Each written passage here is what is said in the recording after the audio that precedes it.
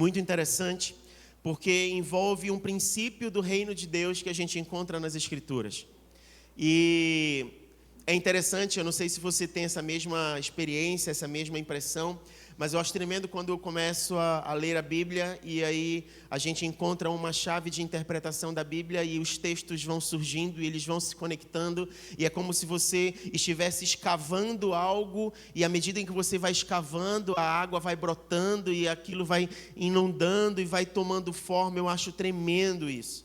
E quando se trata a respeito da vontade de Deus e aquilo que o Senhor tem a revelar às nossas vidas e ao nosso coração, quanto mais nós buscarmos da presença, mais nós experimentaremos de uma fonte inesgotável.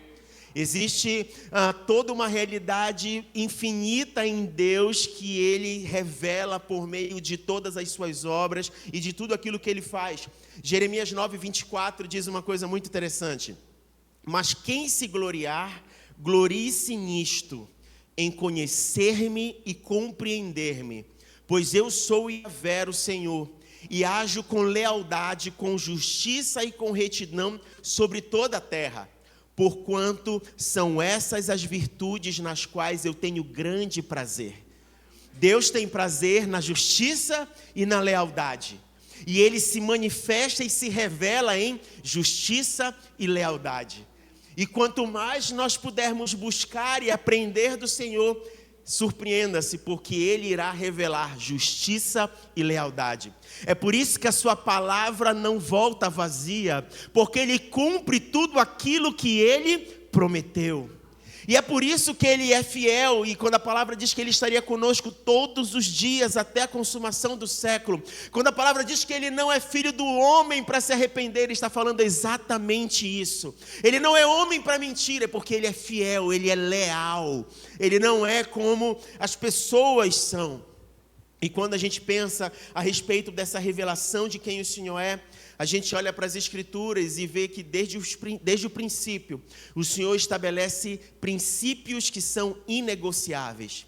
Valores, princípios e valores inegociáveis que expressam quem Ele é, o caráter dEle, a essência de quem Ele é. Então não tem como nós nos aproximarmos de Deus e nos relacionarmos com Ele sem extrairmos desta relação a experiência de ter alguém fiel, justo e verdadeiro. Não tem como nós não termos uma referência de santidade e de confiabilidade, porque Ele é assim e Ele não pode negar a si mesmo.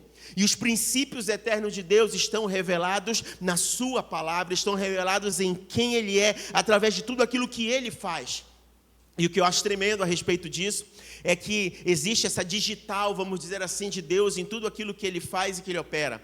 Quando você olha para a criação, um Deus que não é medido pelo tempo e que não precisa do tempo, esse Deus resolveu se manifestar dentro de um tempo.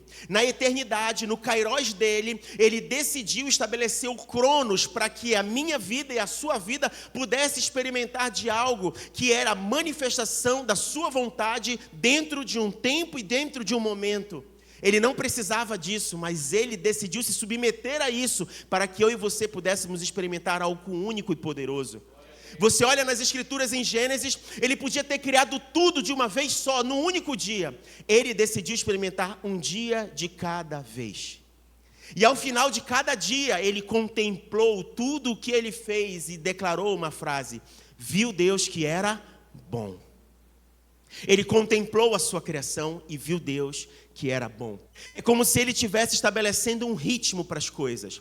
É como se Ele estivesse estabelecendo um andamento para as coisas. A música, quando a gente toca, ela tem um andamento, ela tem um compasso, ela tem um ritmo. E é como se Deus estivesse estabelecendo exatamente isso, um ritmo e um compasso para as nossas vidas. E foi o primeiro dia, girou 24 horas, rodou o sol, rodou a terra, desculpa, o sol não roda, né? A terra girando em torno de si mesmo, em torno do sol. E as coisas foram sendo vividas e experimentadas, como se fosse o embalo dado pelo Senhor sobre todas as coisas. Ele criando o tempo e estabelecendo o momento de todas as coisas. Em Eclesiastes capítulo 8, verso 6, a Escritura diz o seguinte: pois há uma hora certa e também uma atitude adequada para responder a cada situação da vida. Entretanto, o sofrimento sobre o ser humano o faz precipitar-se. Significa dizer que o Senhor, Ele fez esse ritmo, Ele estabeleceu este princípio, Ele estabeleceu esse fundamento para que Ele fosse vivido e experimentado por todos nós, dizendo que há um tempo certo, um momento específico, uma experiência única, adequada para cada situação.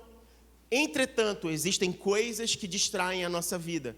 E existem coisas que nos tiram deste ritmo, nos tiram desse embalo, nos tiram dessa experiência do momento certo para cada atitude, e isso nos leva a ter precipitação, agir com ansiedade, fazer coisas fora do tempo, agir fora do tempo. E é interessante quando a gente pensa a respeito disso, porque ainda em Eclesiastes, e eu sei que talvez quando eu li esse texto você imaginou que eu estava falando de Eclesiastes 3, que fala do tempo certo para todas as coisas, mas não. Esse texto que eu li agora eu vou repetir de novo, Eclesiastes 8:6, completa esse texto de Eclesiastes 3, porque ele fala a respeito do coração do homem, não apenas do tempo, mas a atitude adequada para responder a cada situação. Significa dizer que eu nem sempre vou agir do mesmo jeito em situações semelhantes. Não necessariamente eu preciso ter a mesma postura numa situação semelhante. É estranho isso, porque nós somos levados a aprender com as nossas experiências. E a gente usa essa afirmação para dizer, eu já passei por isso, eu sei como é que eu lido com isso. E a gente tenta ter a mesma atitude, ter o mesmo comportamento sobre aquilo que a gente aprendeu.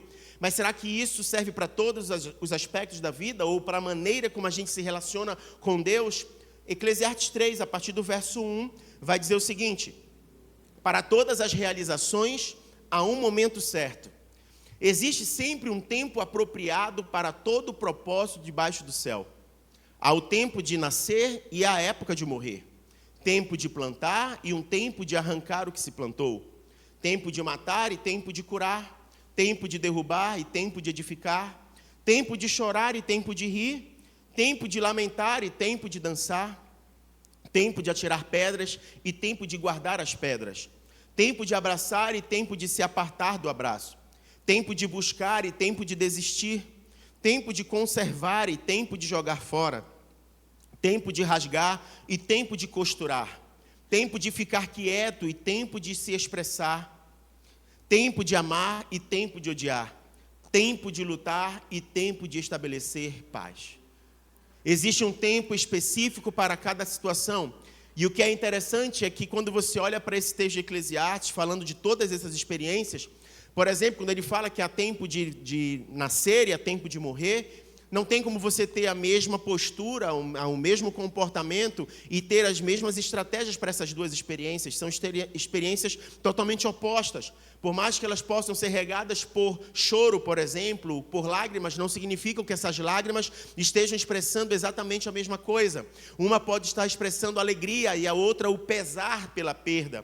O fato é que quando você olha também pelo tempo de plantar e tempo de colher, tudo que foi feito para plantar demandou de você a preparação da terra, demandou de você o esforço de preparar o terreno, separar as sementes, colocar as sementes, adubar aquele terreno, esperar as chuvas, esperar o tempo de brotar, até que tudo aquilo vire um resultado que é a frutificação que lhe permita arrancar aquilo que foi plantado. E para arrancar, você não usa as mesmas ferramentas que você usou para plantar. Para arrancar, você não usa as mesmas estratégias. O tempo é diferente, a maneira de lidar é diferente. O fato é que nós vamos experimentar nas nossas vidas momentos diferentes. Vamos experimentar nas nossas vidas coisas iguais também. Mas o grande detalhe é como nos portamos sobre tempos e estações. Como nos portamos a respeito desses momentos. E é sobre isso que a gente vai falar hoje. A gente vai falar sobre a importância de nós discernirmos o momento, o tempo e as épocas. Porque a gente às vezes é levado por conta da maneira que a gente aprende a reproduzir o mesmo comportamento em situações semelhantes. É a ancoragem que a gente faz pelo aquilo que a gente aprendeu. Eu aprendi algo e como ancoragem sobre aquela informação, eu vou e reproduzo um comportamento em situações semelhantes. Mas quando se trata sobre o propósito de Deus, sobre a vontade de Deus, sobre a maneira que Deus quer fazer as coisas, nem sempre usar essa estratégia de ancoragem, usar essa estratégia de reproduzir o mesmo comportamento fará sentido. E aí você pode achar estranho. Como não reproduzir ou repetir algo que eu já aprendi? Diante do propósito de Deus, a gente vai aprender hoje que o mais importante é entender o que Deus está falando hoje, agora, por conta do momento vivido, da estação vivida, do propósito vivido. Como é isso, pastor? Eu quero levar você a meditar num texto, e nós vamos mergulhar nas Escrituras a respeito disso, através da vida de Moisés. Moisés vivenciou algo que serve para nós extrairmos esse propósito e esse princípio na manhã desse dia. Você deve lembrar que Moisés, enquanto esteve caminhando com um povo no deserto, no Egito, saída do Egito, ele teve duas situações, dentre tantas outras, que o povo tirou ele do sério, tirou ele da paciência, fez ele questionar e ele esbravejar por conta da chateação com o povo. Mas entre todas as experiências que ele viveu, tiveram duas que se repetiram ao longo dessa jornada, que foi o fato das pessoas sentirem sede. E enquanto eles sentiram sede, eles chegaram até Moisés pedindo água. E esse episódio aconteceram duas vezes durante toda a jornada. Eu quero ler com você o texto que fala sobre isso. Então, abre comigo a sua Bíblia em Êxodo 17, para a gente ler a partir do verso 1. O primeiro momento em que o povo sentiu sede e pediu água a Moisés. Vamos ler o texto. Êxodo 17, a partir do verso 1, diz o seguinte: toda a congregação dos filhos de Israel partiu do deserto de Sim para as etapas seguintes, caminhando de um lugar para o outro de acordo com as ordens do Senhor, e acamparam em Refidim, porém lá não havia água para beber. O povo se desentendeu, pois com Moisés, e exigiu: dá-nos água para beber. Ao que lhes respondeu Moisés: por que discutis comigo? Por que colocais o Senhor à prova? Ali o povo teve muita sede e protestou contra Moisés, exclamando: por que nos fizeste subir do Egito para nos matar de sede a nós e nossos filhos e nossos animais? Então Moisés rogou a Yahvé, clamando: que farei a este povo? Pouco falta para que me apedrejem. E Yahvé respondeu a Moisés: passa adiante do povo e toma contigo alguns dos líderes de Israel. Leva contigo na mão o cajado e com que feristes o Nilo, e vai. Verso 6. Eis que estarei à tua espera no alto da rocha do monte Horebe, e baterás na rocha, e sairá dela água, e o povo dela beberá. E Moisés assim fez na presença dos anciãos de Israel. Que experiência fantástica, ouvir a voz de Deus. Que experiência tremenda. Senhor, está havendo uma necessidade aqui, eu estou prestes a ser morto por conta do povo que está aqui clamando, está tenso. E aí ouvir a voz de Deus e ainda mais, experimentar isso com outras pessoas, né? Pega os anciãos, pega os líderes que andam contigo e vai à frente que eu irei fazer algo. Então você vai pegar o cajado que você tem, que representa a liderança, a autoridade que está com você, e você vai fazer algo. Você vai ferir uma rocha, e dessa rocha haverá água. Mas qual é a rocha? Vá à frente, eu vou revelar qual é o local, qual é o momento, e você vai fazer isso diante do povo. E Moisés fez, agiu assim diante do povo, e o Senhor mostrou fidelidade, lealdade, compromisso com o seu povo. O Senhor mudou aquela situação, não permitiu que eles permanecessem naquela escassez, mostrou a autoridade através da vida de Moisés, revelou que Moisés era um líder nato, era alguém que tinha sido de fato erguido para tirar o povo do Egito. Deus revelou a sua bondade ali, sua vontade ali. Isso é tremendo, isso é maravilhoso. Mas não significa dizer que Moisés não sentisse, mesmo tendo tudo isso de experiência, e essa não foi a primeira experiência. A gente vai lembrar bem do período que ele teve no Egito, que ele precisou também confrontar os deuses pagãos do Egito, cada uma das pragas combatendo um deus pagão do Egito, e Deus se revelando superior e mostrando a sua autoridade e a sua vontade de tirar o seu povo que estava escravo ali no Egito. Então, Moisés já tinha essa experiência de ouvir, afinal, o chamado dele foi algo poderoso. Ele estava no deserto, estava vivendo no deserto, e uma sarça começou a pegar fogo, e ela não se consumia, e ele escutou uma voz saindo de dentro dessa sarça, do meio dessa sarça. Então, Moisés sabia o que era ouvir a voz de Deus, sabia que Deus era fiel e poderoso. Ele abriu o mar vermelho, ele atravessou em terra seca, ele sabia exatamente o que Deus era capaz de fazer. Mas Mesmo diante dessa experiência, Moisés, num outro momento, acabou tendo uma postura diferente. Eu quero que você vá comigo em Números, capítulo 20, verso 1. Números, capítulo 20, verso 1. Diz o seguinte: no primeiro mês, toda a congregação de Israel deslocou-se para o deserto de Zim e armou acampamento em Cádiz. Ali, Miriam morreu e foi sepultada. Naquele lugar não se encontrava água potável para a comunidade, e por esse motivo o povo se reuniu e começou a reclamar contra Moisés e Arão. Discutiram com Moisés e exclamaram: quem dera tivéssemos todos perecido quando nossos irmãos tombaram mortos diante de Yahvé. Por que conduzistes a Assembleia do Senhor a este deserto, para que morrermos, e nós e nossos animais? Por que nos fizeste subir do Egito para nos conduzir a este terrível lugar? E é uma terra absolutamente inadequada para a semeadura. Não há cereais, nem figueiras, nem vinhas, nem romanzeiras, e até mesmo sem água para beber. Verso 6. Moisés e Arão deixaram a assembleia e vieram à entrada da tenda do encontro. Prostraram-se com os seus rostos rente ao chão, e apareceu-lhes a glória de Yahvé. Então o Senhor ordenou a Moisés: toma teu cajado e reúne a comunidade toda, tu e teu irmão Arão. Em seguida, e sob os olhos deles, dize a este rochedo que faça fluir suas águas. Farás, pois, jorrar água da rocha, e darás de beber ao povo e também aos animais. Então Moisés pegou o seu cajado que estava diante do Senhor, como este lhe havia instruído. Moisés e Arão reuniram a congregação diante do rochedo, e em seguida Moisés exclamou: ouve agora, rebeldes, será que não teremos de fazer jorrar água desta rocha para vos saciar a sede? Em seguida Moisés ergueu o braço e bateu na rocha 2 vezes com o seu cajado. Imediatamente jorrou água potável e saciou a sede de todo o povo e dos seus rebanhos. O que a gente consegue perceber de semelhança nesses 2 textos? O povo estava com sede. O que a gente consegue perceber de semelhança nesses 2 textos? Moisés buscou a presença de Deus para saber o que Deus queria que fosse feito. O que mais nós podemos perceber de semelhança nesses 2 textos? Deus mandou que ele reunisse os líderes, as pessoas que andavam com ele, para cumprir um propósito. E ele fez assim, desta forma. O que mais a gente vê de semelhança nos 2 textos? Deus disse para ele pegar o cajado, e ele pegou o cajado. E nos 2 textos, Deus supriu a necessidade do povo. Nos 2 textos, Deus deu água de beber ao povo. Só tem um detalhe: Deus, nesse momento, falou para ele fazer algo diferente do que ele tinha feito no primeiro momento. No primeiro momento, Deus disse: pega o cajado, fere a rocha e vai sair água dela. Nesse segundo momento, Deus não disse para ele ferir com o cajado a rocha. Deus disse para que ele falasse a rocha. Mas o resultado foi o mesmo. O povo teve água para beber.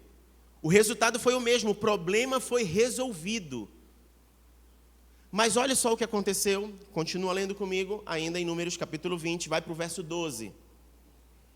Contudo, disse Yahvé a Moisés e Arão: visto que não confiastes suficiente na minha pessoa, de modo a honrar a minha santidade e palavra à vista dos filhos de Israel, não fareis entrar esta comunidade na terra que lhes dei.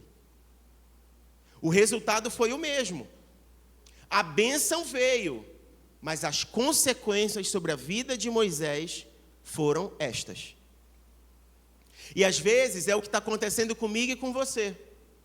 A gente está vivendo momentos e estações diferentes. Nós já passamos da nossa infância, nós já passamos pela adolescência, nós passamos pela juventude, passamos pela fase adulta, e estamos transicionando aí, juventude, fase adulta, fase senil, estamos transicionando aí, mas cada uma dessas estações carrega consigo um propósito, cada uma dessas estações carrega consigo um tempo, um momento, uma maneira de lidar com as coisas, assim como nós vimos em Eclesiastes, mas a gente tem aprendido a resolver problemas ao longo de toda essa história. Afinal de contas, quando a gente diz que alguém é maduro, não são só os anos que se passaram que fizeram essa pessoa se tornar madura. Não é só a mudança nas características físicas externas que expressam que alguém é maduro. A realidade é que o comportamento evidencia a maturidade, a maneira como você lida com as situações, a maneira como você se porta, a maneira como você age e reage às situações, evidenciam que você está saindo de um aspecto de menos maturidade para mais maturidade. Mas e quando se trata da vontade de Deus? E quando se trata do propósito de Deus? E quando se trata daquilo que Deus quer fazer e realizar, como nós temos lidado em cada momento e em cada estação? Como nós temos discernido a postura a ser tomada em cada momento e em cada situação? Às vezes, como nós já sabemos o resultado que vai dar o que já fizemos, somos levados a usar as mesmas estratégias buscando os mesmos resultados. Como igreja, às vezes isso acontece e a gente precisa ter isso claro e real no nosso entendimento. Às vezes a gente entende assim, um culto abençoado é aquele em que as pessoas se derramam em lágrimas, é aquele em que as pessoas estão eufóricas, glorificando a Deus e entusiasmadas com o que está tudo acontecendo. E aí nós somos levados a reproduzir uma estratégia para que isso aconteça. Então para conseguir esse ápice, a gente escolhe determinadas músicas. Para conseguir esse ápice, quem está conduzindo a reunião fala determinadas coisas, se expressa de determinada maneira. E à medida em que isso vai acontecendo, as pessoas vão sendo envolvidas, e daqui a pouco está todo mundo eufórico, chorando, cantando, e sai daqui dizendo, o culto foi uma bênção. Mas e quando a gente vai lá para fora, e é colocado à prova sobre aquilo que foi experimentado aqui dentro? Qual é o resultado? Quando de fato eu e você precisamos nos portar diante das situações e mostrar que nós pertencemos de fato a Deus e que a mentira não mais faz parte da nossa vida, o falar determinadas coisas não fazem mais parte, os pensamentos não fazem. Quando a gente precisa ser colocado à prova, como nós nos portamos? Está dando para entender? Às vezes a gente está pegando as estratégias, tentando buscar os resultados. E de repente esses resultados eles estão sendo só superficiais. E a gente tem se contentado com os resultados e não tem estado atento ao que Deus está falando. Discernir o tempo e as épocas envolve a gente entender o que Deus está falando conosco hoje. E o que Ele pretende realizar na nossa vida hoje. E aí você pode se levantar e dizer, sim, tudo bem, pastor. Mas e o que Deus já falou? E o que Deus já prometeu? Aí eu quero trazer para você uma segunda história. Você me permite? Vamos ler, então, uma segunda história hoje. Abre comigo em Gênesis 12. E a segunda história de hoje, que vai nos ajudar a compreender a importância de discernir tempos e épocas, é a história de Abraão. Porque Abraão, certa vez, foi convocado pelo Senhor, chamado pelo Senhor para experimentar um cumprimento de algo grandioso, espetacular. Gênesis 12, verso 1. Abraão estava vivendo, ainda era chamado Abrão ainda, não era nem Abraão ainda, mas ele estava vivendo uma realidade e o Senhor se revela a ele. Verso 1 diz o seguinte, então o Senhor veio a Abrão e lhe ordenou, sai da tua terra, da tua parentela e da casa de teu pai, e dirige-te à terra que te indicarei. E eis que farei de ti um grande povo, e te abençoarei, e engrandecerei o teu nome. Serás tu uma bênção, abençoarei os que te abençoarem, amaldiçoarei os que te amaldiçoarem, e por teu intermédio abençoarei todos os povos sobre a face da terra. Uau! Que promessa, que palavra! Já pensou você estar vivendo a sua vida numa boa? Deus se revela e diz assim mesmo, eu vou te projetar de uma forma que tu não imaginas. Eu vou fazer algo contigo que talvez estivesse fora dos teus planos, mas eu vou realizar isso. E para eu realizar isso, eu vou te tirar da tua zona de conforto e vou te levar para um lugar que tu não sabes, e tu vai experimentar a confiar em mim em todos esses caminhos. Amém? Amém? E aí ele vive isso, experimenta isso. Agora, para ele cumprir essa promessa de ter uma descendência, ele precisava ter filhos. E o tempo foi passando, a idade foi chegando, a velhice foi chegando, e o filho não vinha. E o filho não vinha. Sabe quanto tempo demorou para que ele viesse a experimentar, a ter um filho? 25 anos depois, carregando uma promessa, carregando uma palavra. 25 anos depois, ele estava com 100 anos e Sara estava com 90 anos. Os dois estavam velhos.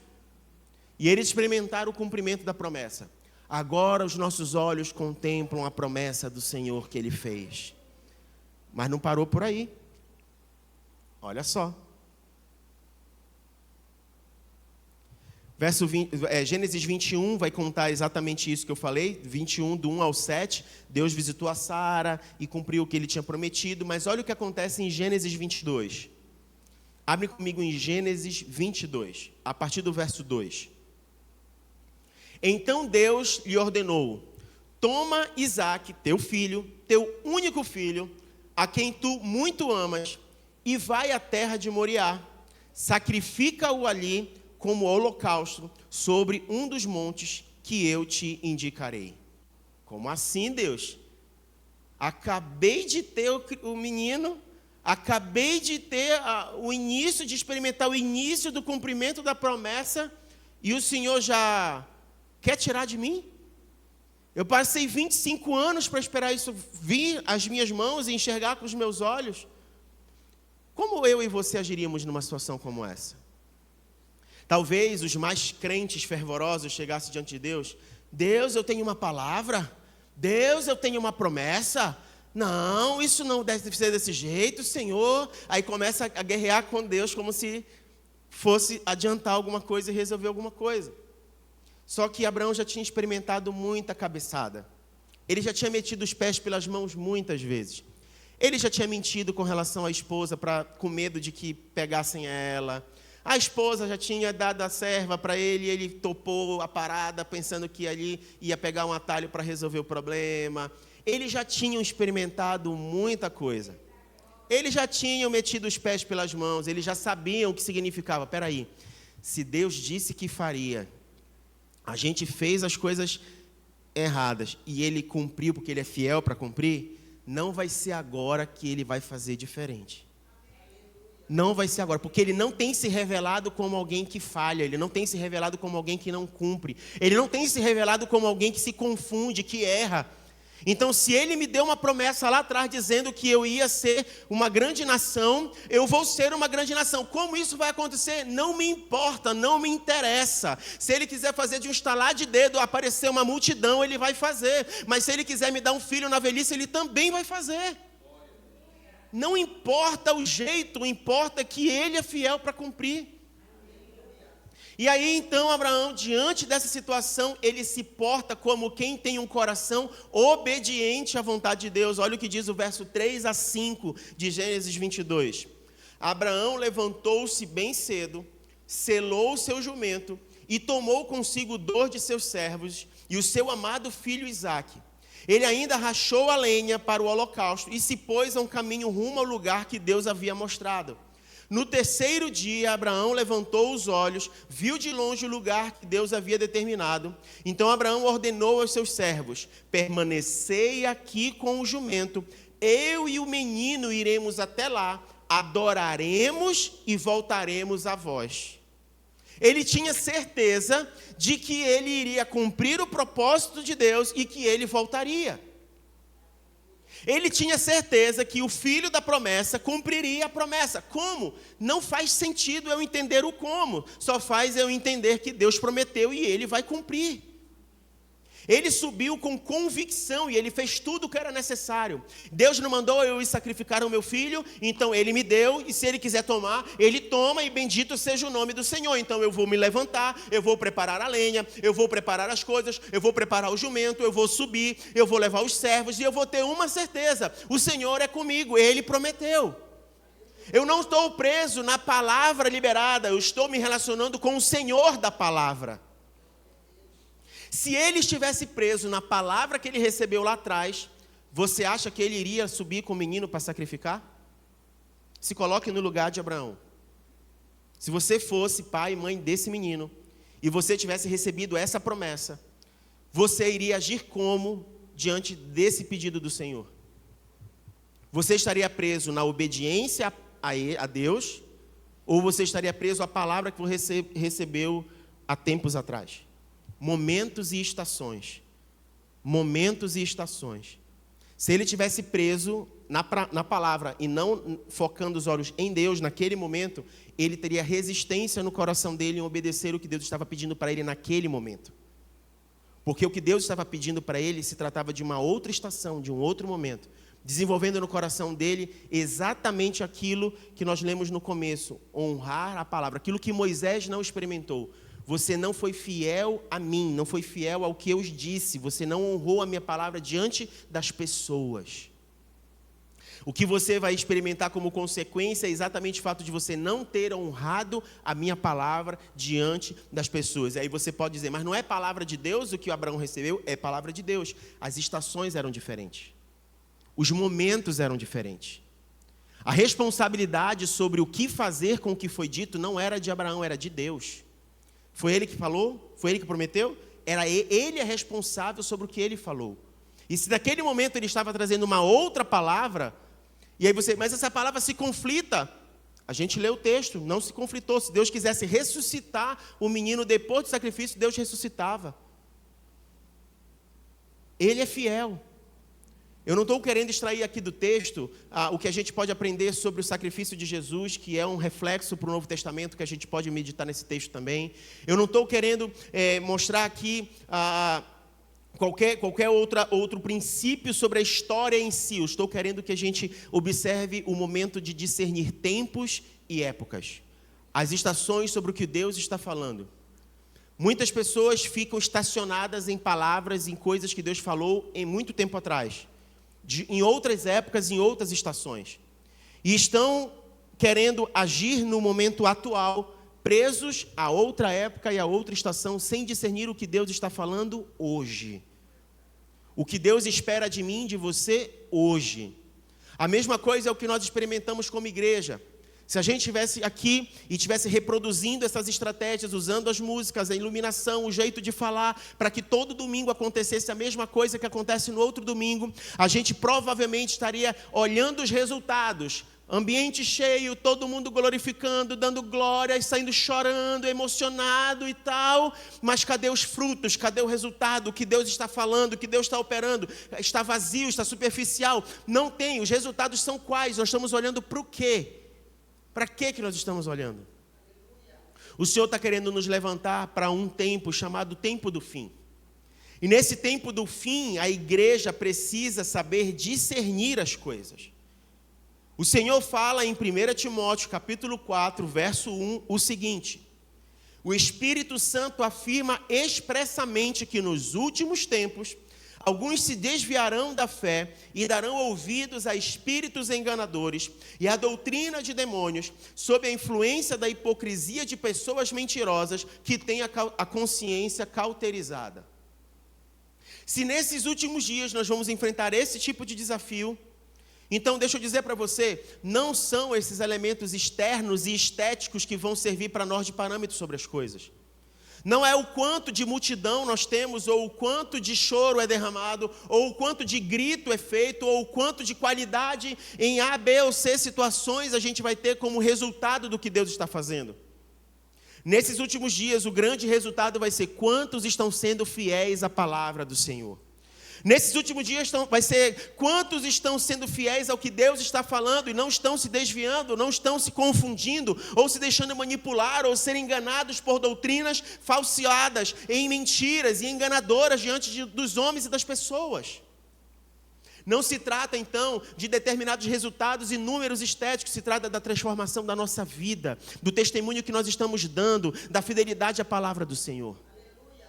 E aí eu pergunto a você, o que Deus está falando? O que Deus está falando para você hoje? O que Deus tem falado para você nos últimos dias? E uma pergunta paralela a essa, continuando esta, é o que você tem feito com o que Deus está falando? Porque nos textos que nós lemos hoje, nós vemos exatamente algo. Não foi suficiente só buscar a presença de Deus e saber que Ele está falando. Moisés experimentou isso nas duas vezes. Não foi suficiente você estar cercado de pessoas que caminham com você no mesmo propósito. Deus mandou que ele levantasse os líderes, os anciãos, para estarem com ele naquele momento. E Deus não foi infiel de ficar em silêncio. Deus até falou, e Deus até se revelou e se manifestou. Não foi suficiente também a experiência que eles viveram do sobrenatural. Deus fez água brotar da rocha. E talvez você venha para cá para uma reunião como essa e você saia daqui curado, saia daqui transformado para a glória de Deus. Talvez você venha para cá e experimente coisas sobrenaturais, tenha uma experiência profunda com o Senhor. E glória a Deus por isso, Ele é fiel para fazer isso. A pergunta que fica é: e o que você tem feito, o que eu tenho feito depois disso, com o que Ele está falando? Qual tem sido a nossa postura diante daquilo que Deus está falando, daquilo que Ele está pedindo para mim e para você? Como nós temos nos portado? Porque se nós éramos meninos, nós andávamos como meninos, mas depois que a gente deixa de ser menino, eu preciso deixar de agir como quem era criança, como quem era menino. É o que a Bíblia diz. É um outro momento, é uma outra estação. Eu não posso ter a meninice da criança no momento em que eu preciso ser maduro. Então, quando eu era criança, eu era menino, eu escutava a voz de Deus e tratava da voz de Deus de uma outra forma. Tentava entender o que Ele estava falando, tentava compreender como era a aplicação para a minha vida. Tentava lidar, eu estava tropeçando, lidando com situações mais difíceis no início de uma caminhada cristã, de quem está aprendendo a caminhar na vida cristã. Mas e quando eu deixei das coisas de menino, como eu tenho me portado diante da voz de Deus? E depois que passou o tempo de ser criança, quando eu já tenho entendimento daquilo que é correto, daquilo que não é, daquilo que vem de Deus, daquilo que não vem de Deus, como eu tenho me portado diante disso? Qual tem sido o meu compromisso diante da palavra do Senhor? Que estratégia eu tenho utilizado? E muito cuidado, mais uma vez, pelas estratégias estéticas. Porque a gente pode estar um dia triste, ou um dia emocionado, ou um dia muito feliz com uma conquista que a gente teve. E vir para um momento como esse e tentar caracterizar se as coisas estão dando bem na minha vida é porque Deus está me abençoando, então está tudo certo diante dele. Mas se as coisas estão dando errado é porque Deus não está me abençoando, então eu não estou agradando o coração de Deus e não está indo tudo para o buraco. Que critério é esse? Que critério é esse? Então, sempre que as coisas estão indo tudo bem, está tudo ok diante de Deus, toda vez que as coisas estiverem tudo mal, está mal diante de Deus. Que critério é esse? Pelos resultados, esses têm sido os resultados que eu tenho buscado, esses têm sido os resultados, mas e experimentar a boa mão de Deus quando as coisas não estão bem? E experimentar o cuidado de Deus quando tudo parece desmoronar ao nosso redor? E experimentar a paz que excede todo o entendimento quando as coisas estão devastadas à nossa volta? E quando nós estamos feridos, doídos, machucados, e aí o Senhor vem com o bálsamo dele e ministra o nosso coração. E aí? Isso não é resultado? Isso não é experiência com Deus? Quando o Senhor coloca sorriso no nosso rosto, quando não há motivo para sorrir. Está dando para entender? Nós precisamos aprender a discernir tempos e estações. Nós precisamos aprender a discernir o momento que a gente está vivendo. E a gente precisa começar a ter uma posição sobre o que Deus está falando. A gente vai completar agora 4 anos como Igreja Alto Monte. Em junho, agora a gente completa 4 anos. E eu estava conversando com os líderes e estava falando exatamente sobre isso. Eu falei, o que Deus espera de nós para esse ano? O que Deus quer da gente esse ano? O que Ele quer mover no nosso meio esse ano? O que o Senhor quer fazer? Porque se for para fazer as mesmas estratégias, a gente traz alguém que canta legal, que fala legal, e aí a gente vai ter um momento aqui de muito quebrantamento, e vai ser muito top, e a gente vai fazer vídeos e fotos, e vai botar uma música legal lá, e todo mundo vai se sentir bem nos vídeos, e vai ficar tudo muito legal. Mas e o que Deus está fazendo? E o que Deus está operando, o que Deus está realizando? Com qual propósito nós nos reunimos aqui? O que nos faz levantar todo domingo para vir de manhã para cá? O que nos faz, mesmo estando cansados, chegar aqui para participar desse momento que a gente está aqui? O que nos faz? Estar reunindo toda semana lá nos estudos e tudo mais. O que nos faz estar nas programações? O que nos faz estar diante de Deus? Que palavra você carrega? Que propósito você carrega? Será que Deus pode se revelar a você e a mim hoje, sabendo que nós vamos ser fiéis ao que Ele vai dizer? Será que se eu e você fôssemos Noé, na época de Noé, nós pararíamos a nossa vida para construir uma arca? Será que se eu e você fôssemos Abraão, a gente sairia da nossa terra e do meio dos nossos parentes para um lugar que a gente nem sabe onde é, por conta de uma palavra de ser uma grande nação? Faz sentido? Está dando para entender? Por que será que Deus não está falando hoje? Será que Deus não quer falar hoje? Será que Deus não está nos comunicando algo já e a gente está fazendo ouvido de mercador? Ou simplesmente estamos entusiasmados, Deus está falando? Já pensou essa experiência? Deus está falando e a gente fica, uau, tu não sabe, eu ouvi Deus. É mesmo, e como é a voz dele? Voz como de muitas águas. E maravilha, e o que ele disse? Ele disse lá alguma coisa, mas sabe, foi tremendo ouvir o que ele falou. Mas o que ele disse? Ele falou lá que era para eu fazer algo, mas, nossa, é tão bom ouvir a voz de Deus, é tão bom sentir o que eu senti, que todo mundo pudesse sentir isso. Tá, mas o que ele disse? Sabe que eu esqueci? Eu estava tão empolgado com a experiência que eu não dei tanta atenção. Será que o Senhor ele pode encontrar um coração em mim e em você, rendido e obediente, atento à sua voz? Que sabe usar a estratégia correta para o momento que a gente está vivendo? Que consegue honrá-lo e ser fiel à sua palavra para este tempo, para esta estação? Como igreja eu queria falar algo para você. O Senhor tem falado muito no nosso coração a respeito de nós honrarmos a presença do Senhor. Sobre nós respeitarmos a presença dEle. Sobre nós entendermos o que é estar diante dEle, diante dos olhos dEle, diante da presença dEle. E é muito provavelmente que a gente vai viver esse tempo de festa de aniversário com algo nesse sentido, sobre honrar a presença dEle. E na presença do Senhor, a gente o adora, a gente se rende na presença dEle. Então, muito provavelmente o Senhor está nos conduzindo para um tempo de aniversário onde nós seremos instruídos e ministrados sobre estarmos na presença do Senhor, honrando quem Ele é e se entregando verdadeiramente diante dEle. Sobre nós entendermos o que representa se reunir nesse lugar, não só como uma agenda semanal, para que a gente se sinta menos culpado diante de Deus, mas sobre nós entendermos o que é um propósito de nós estarmos aqui e levarmos essa presença, expressarmos essa presença quando nós estivermos fora daqui. E eu queria convidar você a se colocar de pé, para que nós orássemos a respeito disso. Como agir e como lidar com esse momento que a gente está vivendo.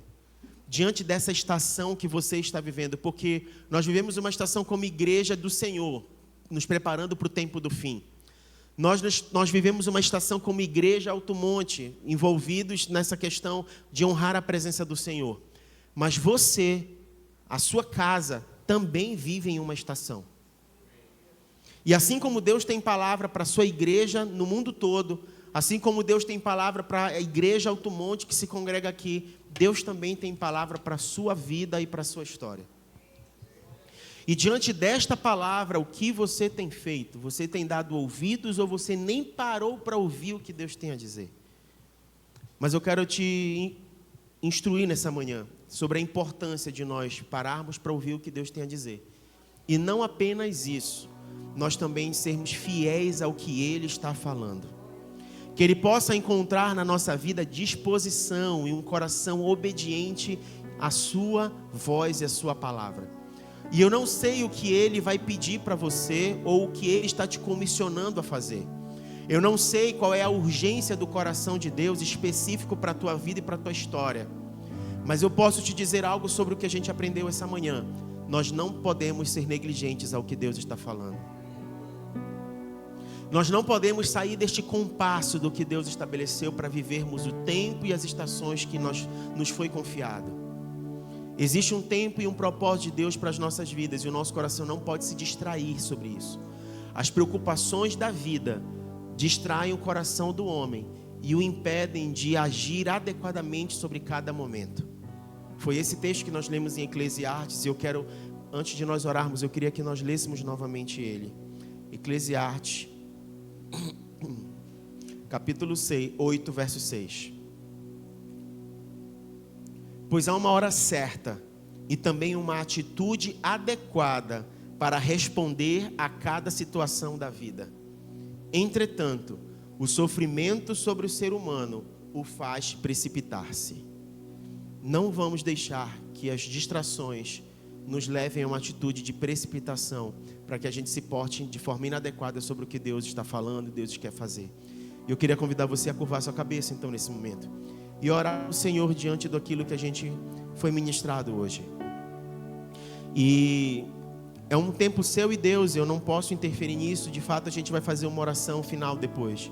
Mas enquanto nós somos ministrados por essa canção, eu queria pedir a você que você se colocasse diante do Senhor como quem entendeu o que foi ensinado essa manhã. E como quem compreende a importância e a necessidade de ouvir o que Deus está falando. E se colocar diante dEle com o coração em obediência ao propósito e à vontade dEle hoje. Faça isso agora em nome de Jesus.